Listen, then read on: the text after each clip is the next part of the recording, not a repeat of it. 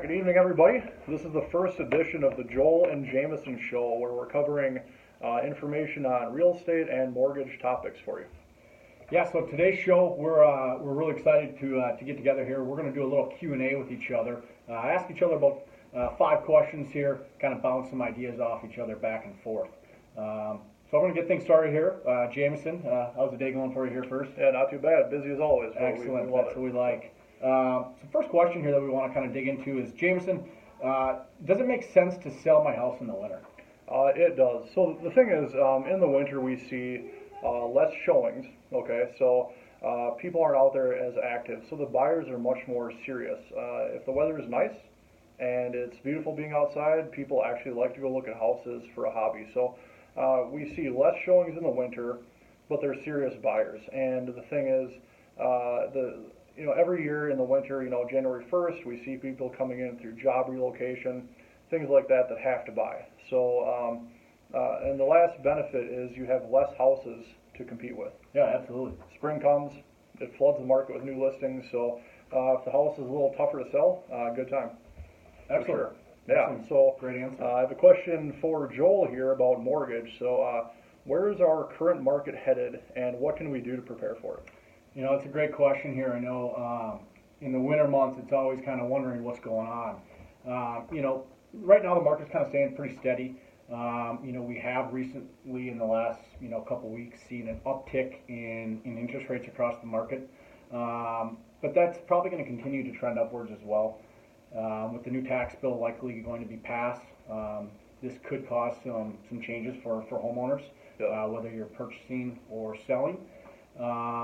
You're not going to get that tax credit, which could potentially bring the housing market down, prices down. That's nice. Are rates still about 4.25? Yep, right around Okay. 4.25. Okay. That's on a 30-year. Yep. FHA you could probably get a little bit lower as well, and then the 15-year is right around low 3s too. So, it just kind of really depends, but it hasn't been that drastic compared to last year, as high as people think. That's good. So that's kind of nice. Some ways that you can kind of prepare for this, coming into the spring, like you said, get ahead of the game. Reach out to guys like you who are experts in the real estate industry. Reach out to a loan officer like myself.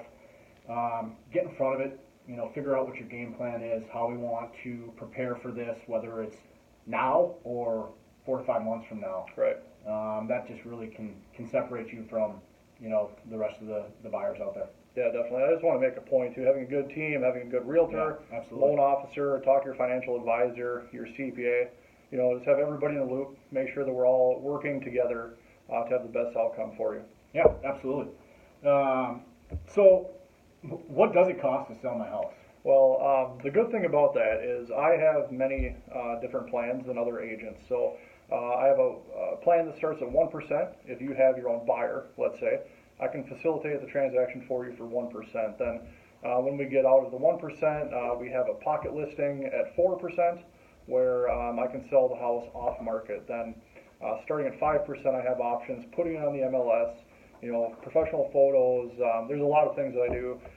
Competitors watch shows like this. I'm not going to go into extreme detail on exactly what that is, but you can give them a call for extra advice on that. Yeah, sounds good. Find me on Facebook here. Give me a call, and then face to face with sellers is when I'll give you the detailed information on those plans. So that's when you connect the most, right? Face to face. Face to face. Or telephone. Certainly. Yeah.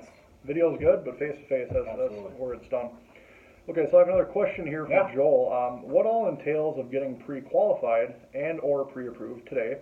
And is there really a difference between the two? I know there is. Yeah, they might not know there's a difference. That's correct. That's a great question.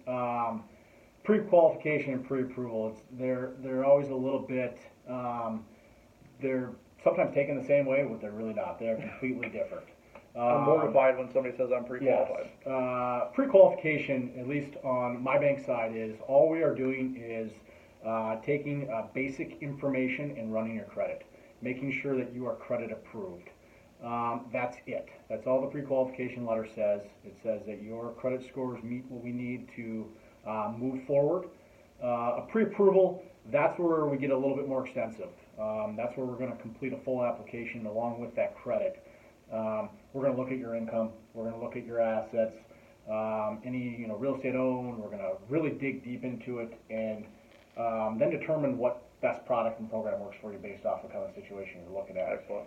But as a real estate agent, you want the pre-approval letter. That's when pre-approvals. That's when you know your customers are solidified and set to go. The pre-qual is nice if maybe you're looking to purchase further down the road and you don't want to dig that deep. But yeah, pre-approval is the way to go. Yep, Absolutely. definitely. Yep, I agree. So you talked a little bit about what does it cost to sell my house, and you mentioned a little bit about staging. So does staging matter? It does, certainly. So one of the plans that I have, we have a stager come in, give you really good advice on what to do. You could also hire that person to physically stage the house if you want to, but there are stats out there, where houses that are staged sell for more than houses that aren't. So I tell people, when you walk into a motel room and how it looks very clean, plain, things like that, that's how you want your house to look, essentially, for showings and for the photo shoot. So again, professional photos, we want to make the house look as good as we can. I tell people, kind of like if a magazine, if Better Homes and Gardens were coming, how would you want your house to look? Absolutely. That's how we should have it look, when we take the photos. Well, and plus, a lot of that is people want to try and get everything out so it looks clean, but that people don't always envision what a house looks like if it's not in there, right? Correct. Too much clutter. Correct. Is bad. Take down the family photos. Yep. Psychologically, it's hard for them to envision themselves in that house if all over the walls they see your or just a bare house too, right? That's even harder. It I is. feel like because people don't, they're getting confused on how they should do it. So staging is huge. I think that's when I'm going into a house.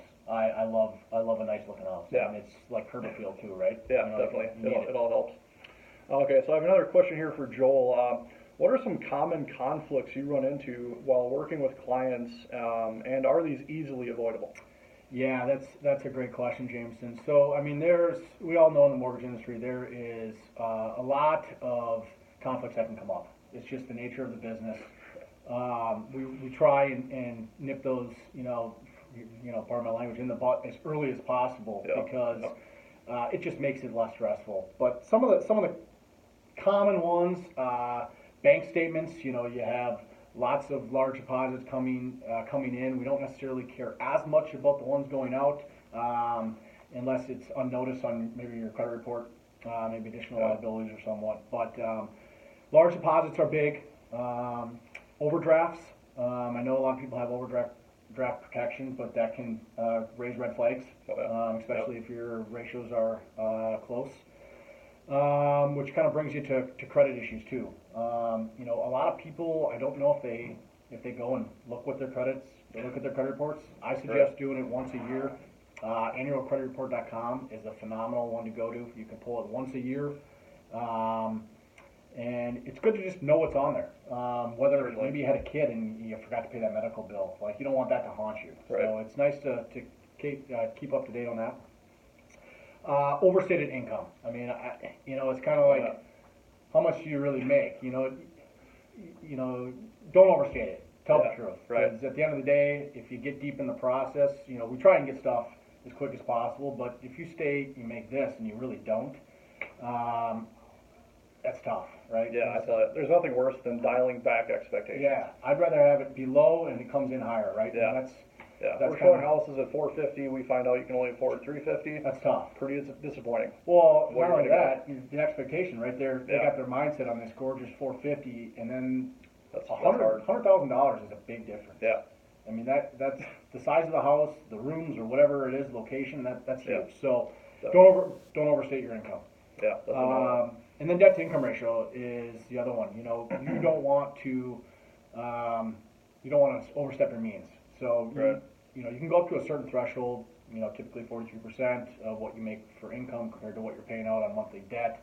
And if you are pushing that limit, it's maybe not the right thing to do. Right. And it kind of comes back to the pre-qualified Yes. versus pre-approved. Yes. Pre-qualified, you might not have all that information. Exactly. Well, where you would with the pre-approval. Exactly. You want to have all that information. It gives you the best idea. Then you can speak with your agent and be like, all right, what are the difference here? Do I really need to maximize it? If I need that fourth bedroom, is an extra $50,000 going to get me there, or should I stay?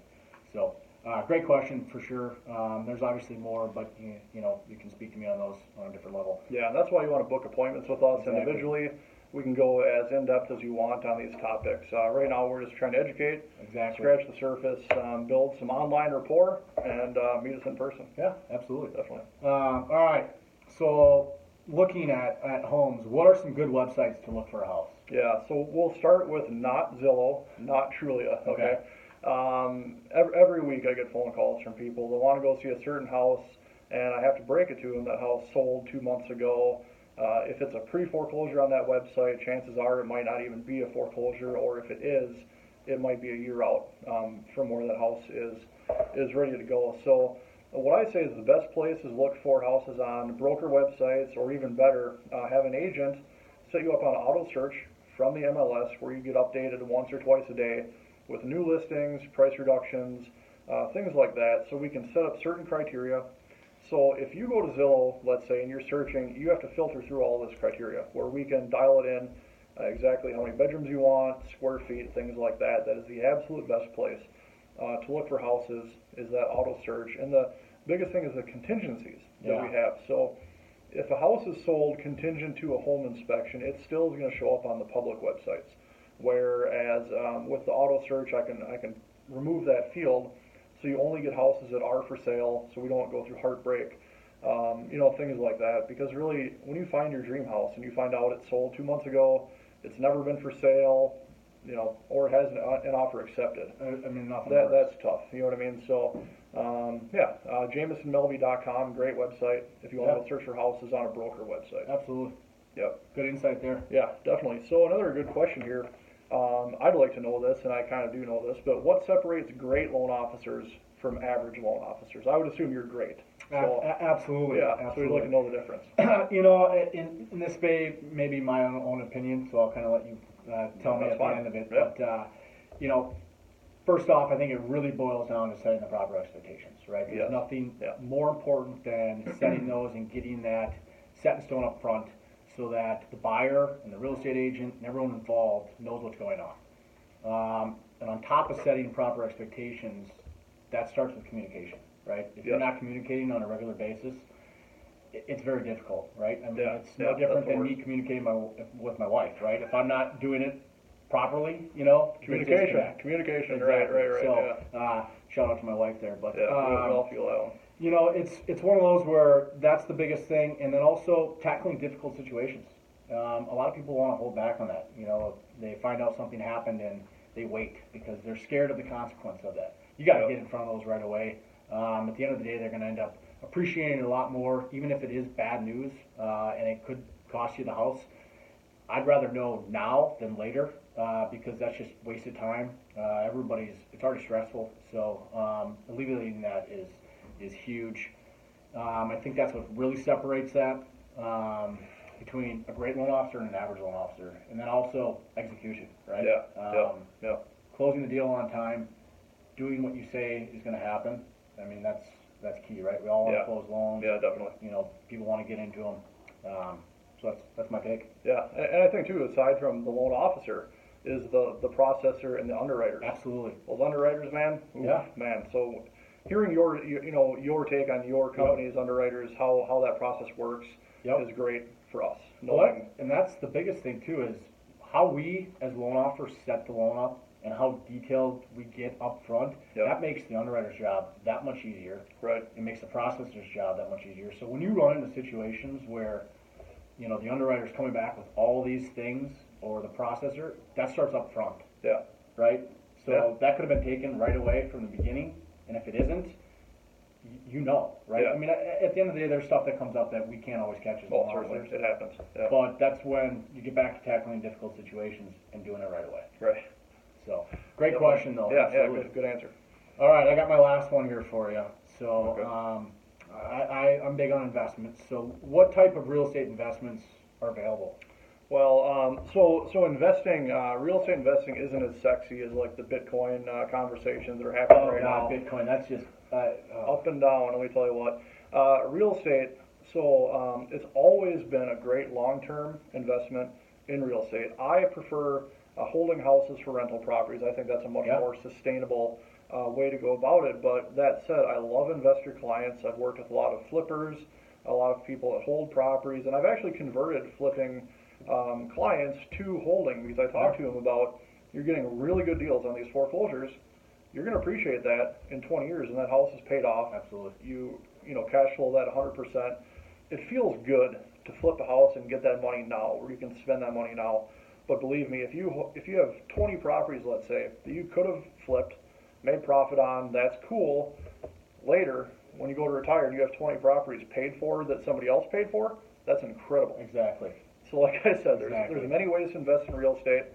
Again, a consultation, we can go over what are your goals, and you know what, some people, depending on if they need to, you know, do something for tax purposes, if they want income now or if they want, you know, passive income later, you know, we can just, you know, talk about your goals and things like that and accomplish those. I mean, real estate investing, it's always going to be a great investment, and I tell you what, real estate values might go up and down, you know, in cycles throughout the years. Yep. You're not going to see that daily up and down like we're seeing with these other currencies and other investments and things like that. This is much safer.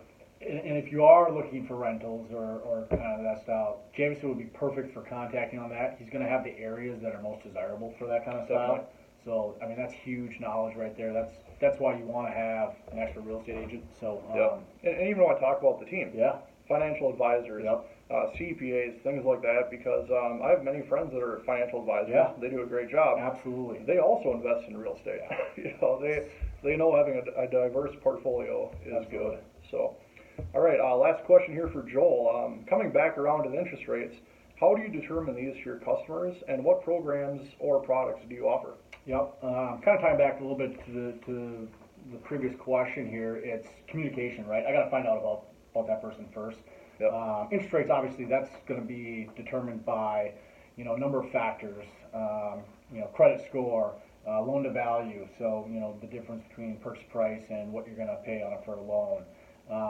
You know, the type of program. Are you doing a primary owner, investment, secondary home? You know, all sorts of different kind of aspects in that. But I want to find out what you're looking to do, and then we can determine the product. So, you know, example, you were talking about relocation people. Well, if somebody's relocating every 5 years, would a 30-year fix really be that ideal for them? Probably not. Right. You know, right. I'd look at maybe a 7 or 10-1 arm. You Yeah. know, especially if you know you're going to be moving every 5 years. Right. And I know people are scared of arms, but if you know for a fact that you're going to be moving in that time, it's a great option. Yeah. You know, Yeah, typically definitely. a better interest rate. You know, there's a lot of different things. So really digging in, finding out what's going on with that customer. You know, the interest rates we can control only to the certain point of what comes back and with the market. And you know, it's finding out what really fits that person. Right. So that's kind of how we do it. And you can always buy down the rate if you'd like, but we usually go over those options with you, or you can choose to, you know, take a little bit higher interest rate and get some assistance towards your closing costs. Right. So, And that's why it's so important to have that face-to-face Yeah, consultation, absolutely. you know, with people like us, because then we can really dive into your unique situation. On shows like this, it's hard. You know, we give general answers, you know, but really, you know, meeting us in person is the best way to go. Absolutely. So, cool. So again, we'll have this Thursdays, 6 o'clock. You can go to Joel's Facebook page, my Facebook business page. This will be syndicated on both of those. Absolutely. We'll have it on YouTube. If you guys have questions for our future shows, post those below. And I'll tell you what, liking these on Facebook, sharing, commenting help us a lot to get this word out there to people. Absolutely. Without paying Mark Zuckerberg. Yeah. So. Well, hey guys, we appreciate your time here. Hope you guys have a wonderful rest of the Thursday, and have a great Merry Christmas and a Happy New Year. Yeah, we'll see you next week. Don't care. All right.